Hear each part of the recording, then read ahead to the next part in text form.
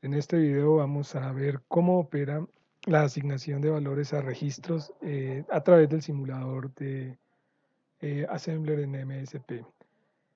Inicialmente vamos a asignarle un valor constante a R4, entonces podemos hacerlo acá. No recuerde que es necesario hacerlo después de haber apagado el Watchdog Timer, si no se va a generar un reset indeseable ahí. Entonces vamos a borrar acá y vamos a asignar un registro, por ejemplo, a R6, un valor. Entonces, mov.w y vamos a asignarle un valor decimal, por ejemplo, a R6, el valor 678, por ejemplo, que es mucho mayor a 8 bits.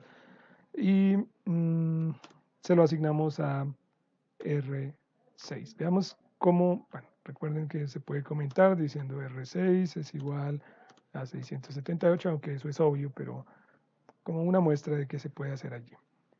Muy bien, probemos la simulación de este componente.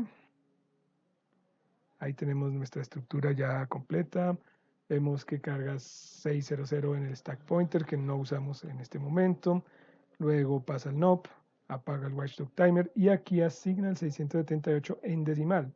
Significa que lo vamos a ver en hexadecimal en la memoria de registros. Observe cómo cambia R6. Ahora vale 2 a 6, que es el equivalente de 678 en hexadecimal. Bien, y finalmente queda atrapado en ese jump a sí mismo, en donde pues el programa se detiene indefinidamente.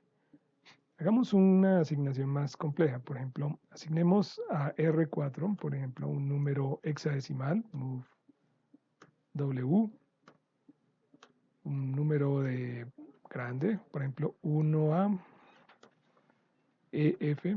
Es necesario indicar que se trata de un número hexadecimal, entonces hay que agregar una H al final para señalar que es hexadecimal y salvémoslo en R4.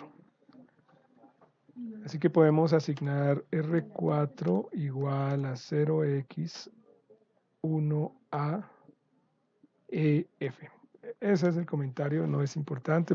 Generalmente los comentarios no deben ser sobre asuntos obvios, sino sobre lo que hace realmente el código. Hagamos una suma. Entonces una suma puede ser una suma, no tiene que ser en mayúscula, lo escribí ahí, pero no tiene que hacerlo en mayúscula. Vamos a hacerlo entonces en 16 bits y pidámosle que guarde en R4, entonces R6, R4. ¿Esto qué hace exactamente? Guarda en R4 la suma de R6 más R4. Entonces esto es R4 igual a R6 más R4.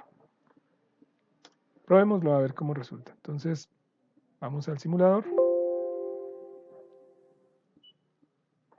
Comienza nuevamente la ejecución del programa, no hace nada, apaga el watchdog timer, que es una necesidad para nosotros al menos.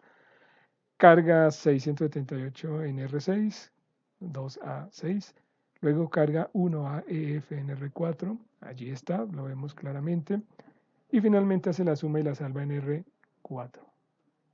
1D95, veamos si hubo un acarreo, no alcanzó a haber un acarreo de 16 bits, entonces está en 0 el acarreo.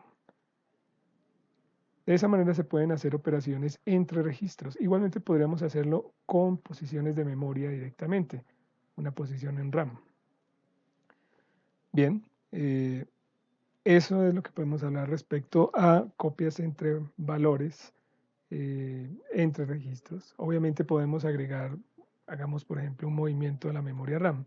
Entonces podemos decirle move W R4, por ejemplo, a la memoria, por ejemplo. Entonces tendríamos que indicar una posición de memoria particular, por ejemplo, a 200 hexadecimal. Bueno, es necesario salir del